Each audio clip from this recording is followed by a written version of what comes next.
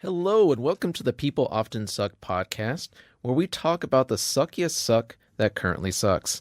I'm your host, Tom. And I'm TC. And at the end of our episodes, we're going to share uplifting stories that will bring hope back into your heart. But for now, let's start off with our first story. So this one caught my attention because TikTok's a thing until it's banned, right? Well, if it's banned, we'll see. Yeah. I mean, that seems to be the back and forth. You know, I'm not really into social media, but you want to do it, fine. Go nuts. I won't kink shame you. Here's the thing. I feel like social media is both ruining society, but in ways helping, because criminals can't help themselves. And they keep posting their crimes on things like TikTok. Yeah, well, Yeah. they're narcissists. Yeah, exactly. Which is where this story comes into play. So this is Marlena Velez. She's only 22. And can you guess where she's from? Don't. Really? From Florida. From Florida. Unfortunately, that sound effect has been attached only to the state of Florida. People got to know. Do they? I don't know, but okay. Yeah, so here's what she did. So she's a TikTok influencer. Take that how you will. Basically, she kind of just does videos where she showcases how she goes about her day being a mom of 2 kids, how she does her makeup, styling tips, little life hacks, being a mom, yum, yum, yum, yum, yum, yum, yum. You know, honestly, yeah, I don't know who watches it, but, you know, she must have an audience somewhere. So it's amazing how some of these people have an audience, period. God, I know. Like, how many people need to do makeup tips? Yeah, I know somebody from Disneyland who thinks that she's very popular in giving makeup tips, and she's actually kind of a joke. But anyways, keep going. I can get behind like makeup artists. Yes, if you are trained in the craft and you bring that in a very professional way, totally understand that. Everything else, I'm just okay. This has been done to death. I don't think you're showcasing me anything new. Not me personally. Right, right. I'm not the target audience. So she first made headlines when she was arrested for allegedly stealing items from a Target in Cape Coral worth over $500. Now, It's a small amount, though. Huh? I mean, well, so yes, I'm not justifying that it's okay, but it is kind of a small amount. But I know in California, they kind of it'd give be you totally free. Yeah, in California they won't even bother. But in Yes. Florida, well, they actually Well, they'll cut your arm off. sure. Gators got to eat. And by the way, I'm actually all for that. But But yeah, in Florida, they actually do go after criminals. It's Yes. crazy that, I mean, maybe that could trend and catch on to other states, you'd think, right? but we'll see. So here's what was so great about this was how they actually tracked her down. So this happened back in October of 2024, and the way they found her was the items she stole. She filmed herself picking up at the Target, putting in the cart, filmed herself putting it in the car, filmed herself with the clothes on, like trying her Target haul and showcasing things she bought at Target. She put all these things on TikTok and she didn't buy them. She did this thing where she goes through the self-checkout lane and she scans a different barcode than what she's trying to purchase. So, imagine, you're trying to scan a pair of shoes and instead she scans bubblegum. Okay. So the way she was caught was the security cameras, they see everything. So they saw this woman because okay, you can, if you're scanning bubblegum, 50 times, they're going to pick up on it. Okay. I mean, you would think. I don't know if somebody needs that much bubble gum, but yes. Yeah. So their loss prevention, basically, they picked this up, they got her on camera, and they, reported to the police. The police are like, okay, well, let's put her face out in the public because maybe somebody knows who she is. Okay, a friend, neighbor, family member, somebody. Well, somebody did know who she was. Because they follow her on TikTok. Yes. Like, hey, I know who this is. In fact, here's her name. Here's her TikTok handle. So she filmed herself with all the stolen goods and posted it. Well, she eventually, after this happened, she did take that down. However, no Amazing. lesson was learned here because now this was in October. She did it again in November of that same year, 2024. Well, she was giving some time for things to cool down. Yeah. Or it was maybe better specials in November. Well, regardless, she used the same special. That was the five-finger discount. Yeah. Yeah. So she did the same thing, filled up her cart, scanned a different barcode. This time she brought her kids with her, Got to teach them while they're young. And another guy was with her, presumed her husband.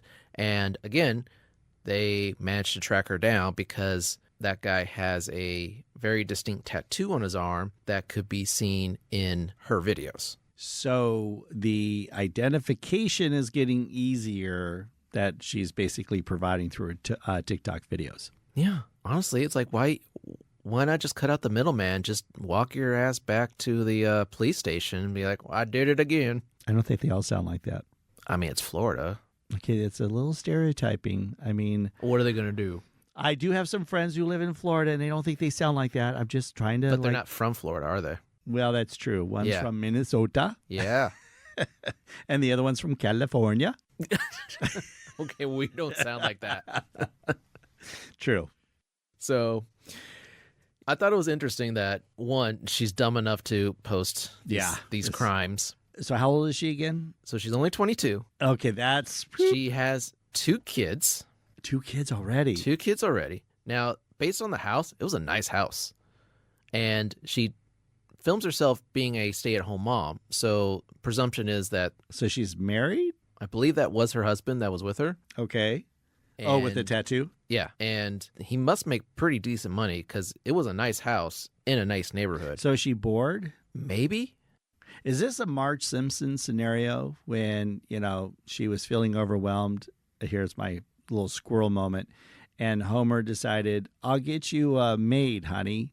And she didn't know what to do with her days. And so she started taking him drinking. But in this case, she's going to Target and getting her 5-finger discount. Or maybe the lifestyle that she's trying to portray to her viewers isn't quite as obtainable as she likes it to be. But so she has to steal it. I know. Oh, well, I'm sorry. It's Florida. Yes. It's Target, but it's also Florida. That's Florida. Okay, got it. Yes. Yeah. We are literally ticking off so many people right now in Florida. So, again, what are they going to do? I know. Sorry. So this second time around, she stole, I believe it was 16 items that were only valued at $225. Oh, well, she's aiming lower. No. So she's not going to come after me this time. Yeah, no. Yeah. No. Well, she also has a history because back in 2019, when she was only 17, she was arrested for grand theft auto. Oh, damn. Are you serious? Yeah. She stole a friend's car and then crashed it. Wow. What a friend. And then, just if you thought she was too snooty to not steal at Walmart, you'd be wrong because in July of 2023, she got caught for shoplifting at Walmart. Well, that's fair and equal, not just Target. Let's say Walmart. So at this point now, she's looking at facing a maximum sentence of 1 year in jail for the 2 Target incidences. Got it. Yeah. She was definitely a winner on that one. Oh, yeah. She's not going to win Mom of the Year. Why is it that state? What is going on? Is it the water? I was just going to say the water, the air. I don't know. It could be the humidity. I mean, that would cause me to probably snap and do something. What if it turned out that too much orange juice makes you mental? I don't know that anybody's ever done a study on that. They should probably take a look at that. Florida orange juice, it could be deadly. I mean, they got freaking dinosaurs there, so... I don't think it's the orange juice. I think it's the swamp. The swamp life just gets the better of you. Now is when you could have played the Deliverance music. Dang it. I should have had that teed up. Too late. We'll move on to the next one. All right. Well, this one's going to be an oldie, but certainly sounds like a goodie. Gruesome one. I know that in one of the previous episodes, we talked a little bit about the crazy grandma from Sacramento, Dorothy Puente. Well, we have another grandma. This one happened quite a while ago, though, so this is not a more recent story. But I thought it was so good that I wanted to share it. You got to get off that grandma kick. You know, who would have ever thought that grandma could kill? But grandma can kill. You remember that old Christmas song, Grandma Got Ran Over by a Reindeer? Mm-hmm. Yeah, well, grandma got back up and then killed the reindeer and the rest of, Or maybe it was retaliation. It was retaliation. It was one of those horror stories. Yet again, Blumhouse could be a good horror movie. Grandma gets run over by the reindeer, doesn't fully die, comes back with revenge, and decides to kill the family. Or other way around, she kills a reindeer, and then they come after her. And the reindeer comes, oh, well, that's interesting. Yeah. It's interesting. Well, Nanny Doss, D-O-S-S, Nanny Doss, confessed to killing 4 of her husbands, Nanny? her mother, sister, and 2 of her children, and 2 of her grandsons, and a mother-in-law over a 27-year killing spree. Damn. She stayed This is busy. a lovely picture of Granny. Oh my gosh. Granny Doss, but the first name is Nanny. So, I wonder what her profession was. Professional killer. I don't know. Well, it's just, you give somebody a name, you kind of almost, pigeonhole them into a certain profession, like, Cinnamon or Crystal. I'm not sure you walked into her house and smelt the warm odor of a Christmas cookie being baked in the oven or the pies being made for Thanksgiving or whatever, and then turn around and think that they're probably laced with some sort of arsenic or something. Can really go for a sugar cookie right now. Oh my gosh. Anyhow. I gotta stop doing this when I'm hungry. Yeah, I know. So a local Oklahoma newspaper, I failed to mention where this was, another Midwestern story.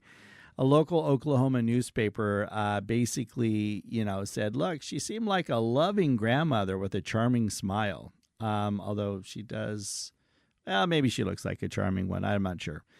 But the investigators began to suspect that there was something a little more sinister behind that smile after every member of the family mysteriously died one by one over the years. Over 27 years. Over 27. Took them a while to figure that one out. Well, clearly the family never figured it out. Well, maybe. So, interestingly enough, it says here actually, in the end, the giggling granny, literally their words, not mine, admitted to murdering 11 of her family members. So the story, if you jump back in time, she grew up in a household where her father was a bit demanding and abusive.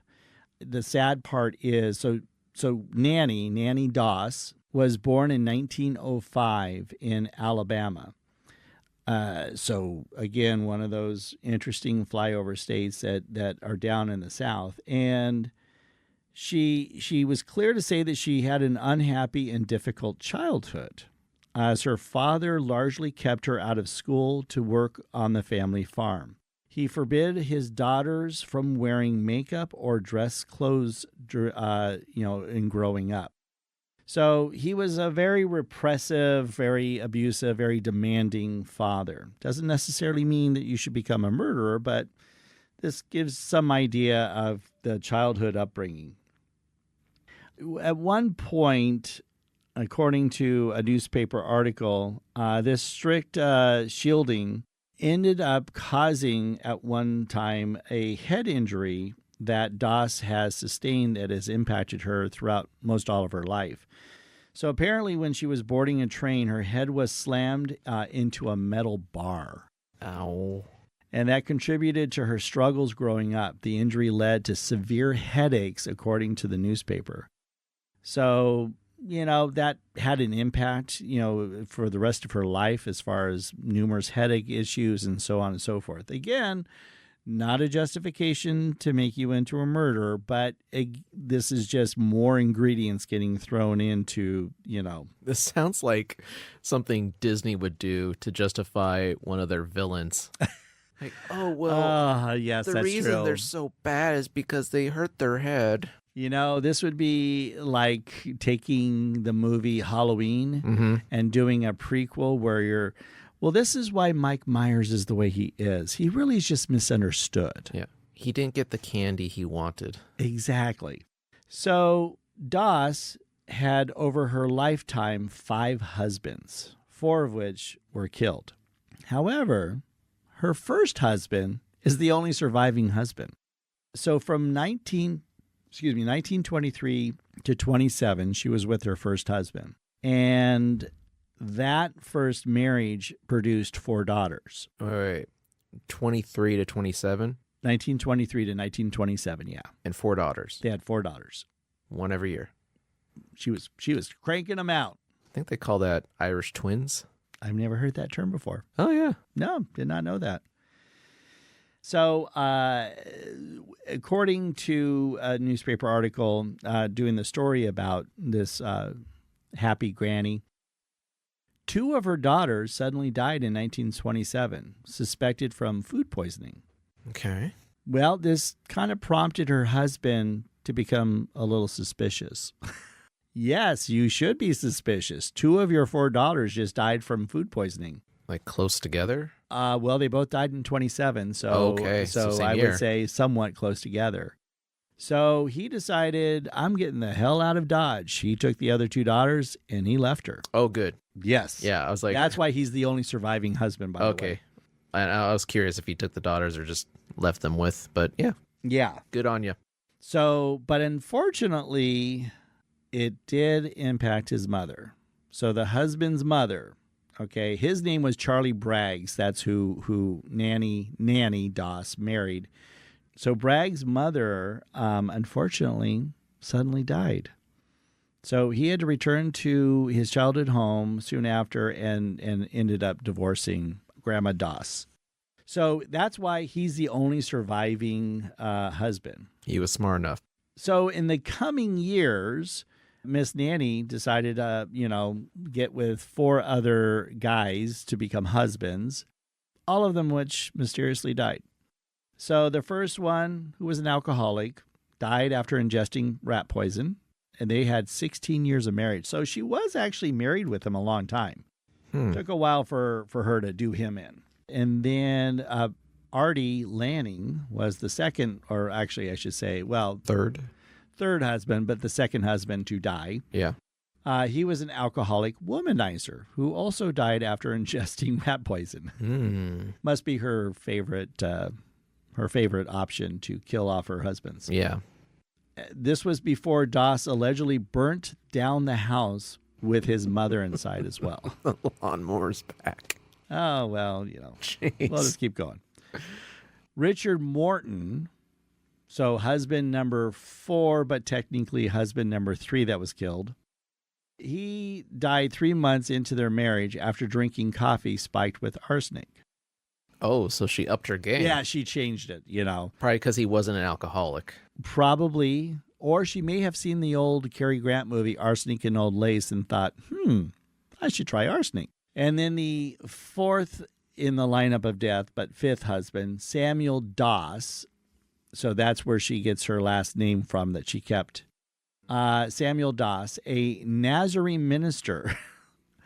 You would think she was at least going in the right direction. So, yeah. Man of God. Who disapproved of Doss's romance novels. And died a little more than a year into their marriage from a similar arsenic poison found in his coffee. That's why you got to make your own coffee, fellas. Yeah, I mean, if any guy out there hasn't watched the TV show Snapped, you better be watching it to understand if your wife might be plotting something. Oh, is that like murder porn? It's totally murder porn. I have a very close friend of mine, and she religiously watches that show. And I'm like, are you getting... ideas? Are you getting ideas? Writing? Do I need to be like forewarning your husband about this? She's just taking notes the whole time. Finally, after husband number 4 dies, it finally raised some suspicion. I mean, I don't know why it would take so long, but it would finally raise some suspicion there. So a local doctor performing an autopsy revealed massive amounts of arsenic in his system. Where's she getting this arsenic? That's a good question. I have no idea where she got the arsenic, but she... Like, imagine that's not something you can just go down to your local CVS and, it's next to the Tylenol. You're like, oh, I'm going to get some Advil. I'm going to get some, Imodium 80. And some arsenic. Yeah, Good. actually, this brings up a great question. Why does it even exist? It's only meant for one thing, right? So why would... That's actually a really good question. Now Right? that you've actually mentioned that, what is it used? I mean, was it used to kill like rats or varmints that you were trying to get rid of? Well, that would just be rat poison. Like, what's the difference? But maybe they didn't have outright rat poison. Well, obviously they did. You said the first two died from rat poison. Which... That's a good question. Now I got to go look that up. Now you've just sparked an interest that I have to go find out. Yeah. So in summation of Granny Killer, so she did in let's see here. Let me get the death toll here of her 11 members. So she's responsible for, again, 2 of her children, which would be the first marriage of the guy who survived. Right. Her own mother. Well, mother-in-law, right? Well, her own mother. Okay, so she killed her own mother. Oh. Lanny's mother. So that was the first husband, so mother-in-law. Okay. And one of her own sisters. Damn. And 2 of her grandsons. Oof. She confessed to the crimes while being questioned for Samuel's murder, according to the Encyclopedia of Alabama. She's in the Encyclopedia of Alabama, leading to an initial death sentence after she was found guilty for murder. A judge later declared her insane, however, and she was removed. The death sentence was removed from her. Damn. But she wasn't released. She just was removed from the death sentence. Yeah. So she did die in custody in the McAllister State Prison in Tulsa, Oklahoma, after she was diagnosed with leukemia, according to the newspaper Phoenix. She was 59 years old, and according to the newspaper, died exactly 10 years after she was first taken into custody. Crazy-ass grandma. I just don't get why you killing your family members. The first 2 were her daughters. Yeah. Like, why would you? What Your own possessed kids. you? I know that you hit your head on a metal bar. I don't think that sparks a primal need to kill. No. What do I know? I mean, I ran into the top frame of a van door when I was running from a scavenger hunt thing way back in the day when I was working at Disney. I banged my forehead pretty hard. They had to grab me, pull me in. They cared about the clue first, and then they attended to me to see if I was okay. I didn't go on any killing spree after that. I mean, I thought about it, but no, I didn't go on any killing spree after that. We've all had murderous thoughts. The thing is not to act on them. Correct. There's a difference between thinking thoughts and acting upon those thoughts. Yeah. And most civilized people don't act on those thoughts. So you think maybe the head injury broke that barrier? It might have. And for 11 years or 27 years, she killed 11 of her family members. But the only one that survived was her first husband. Smart man that he did. And 2 of the daughters. And 2 of the 4, daughters. But not even her own mother survived. She killed her own mother. It was the father that was abusing her. Where was he at? I think he just died of natural causes. Oh. So she didn't get her chance. No, she did. So it was like, now, Mom, you were married to her. You must die. Maybe in her weird brain, that made sense. You might want to think about it next time we're in a family gathering. Yeah, put that in people's... Well, let's turn to a more positive story. God, I'm sure that yes. you have one for us, Mr. Tom. Jeez, yes, this is... Talk about a palate cleanser.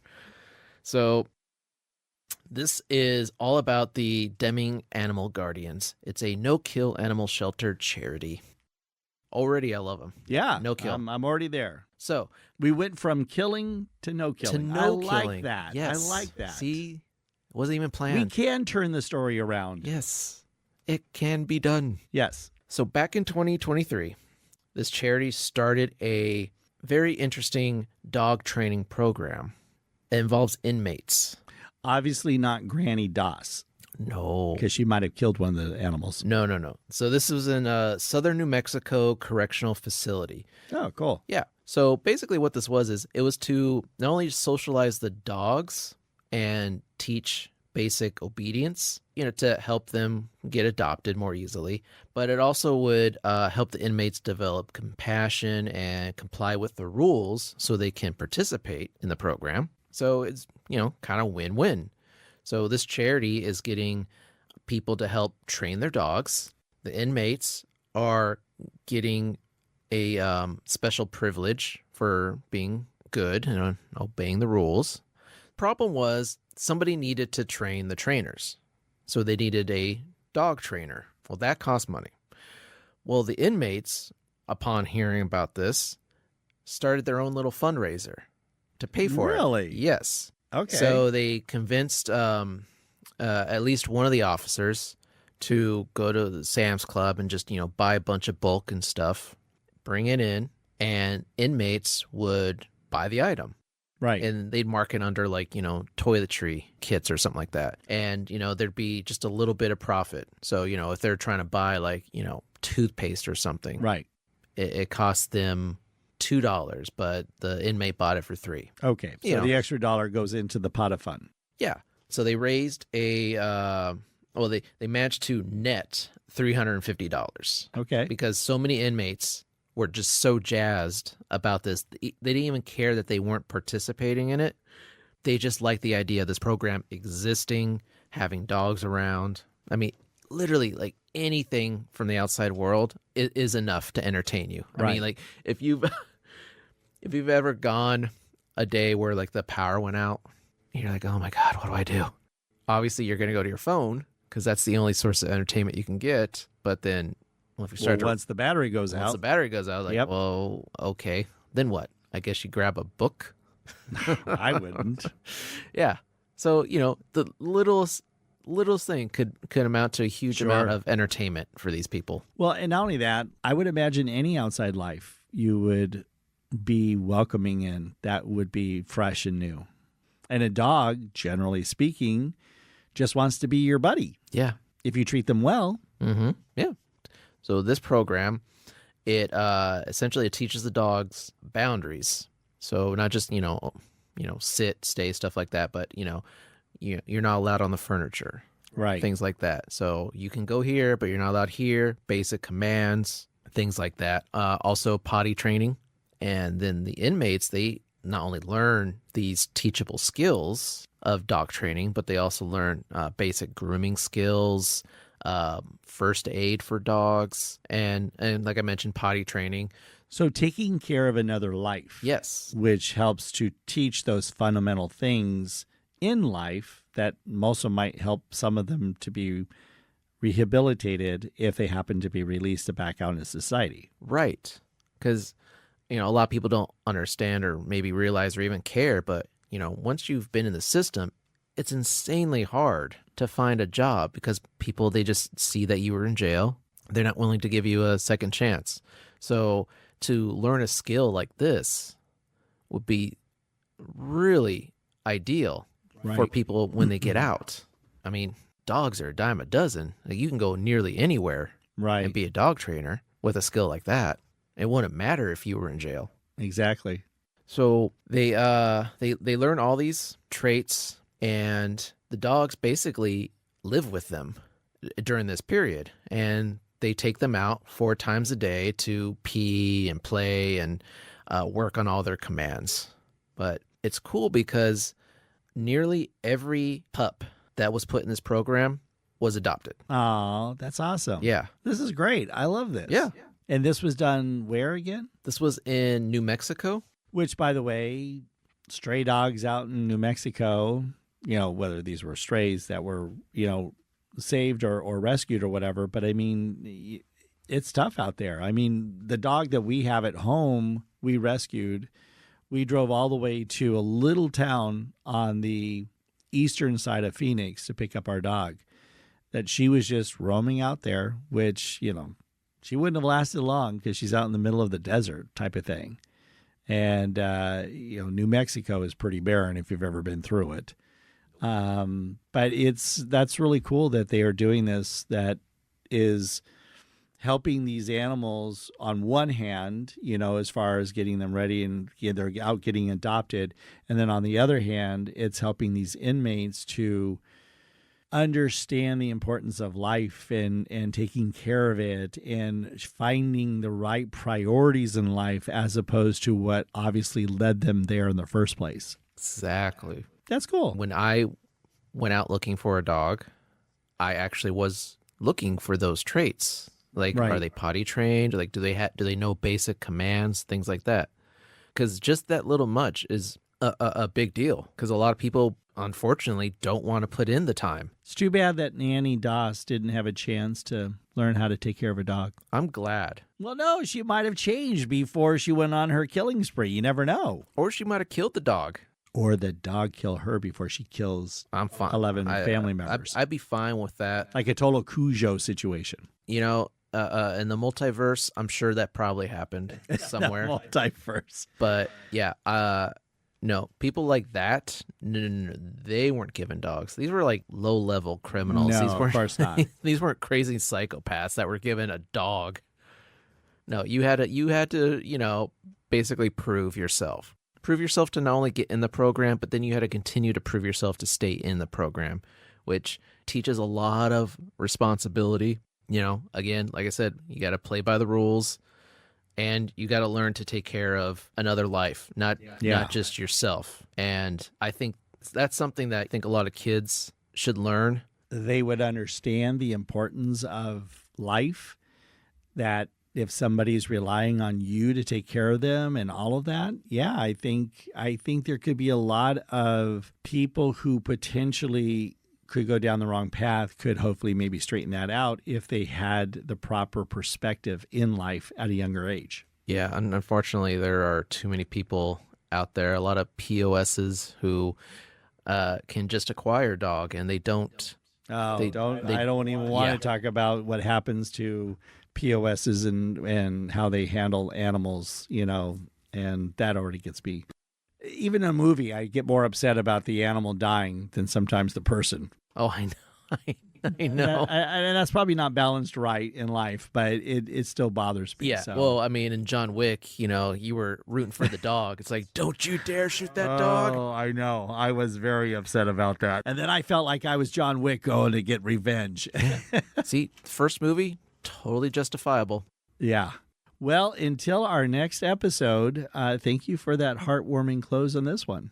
You're welcome. Thank you so much for allowing us to be a part of your busy day. If you haven't already, please like and subscribe for more stories. And as always, be good humans for F's sake.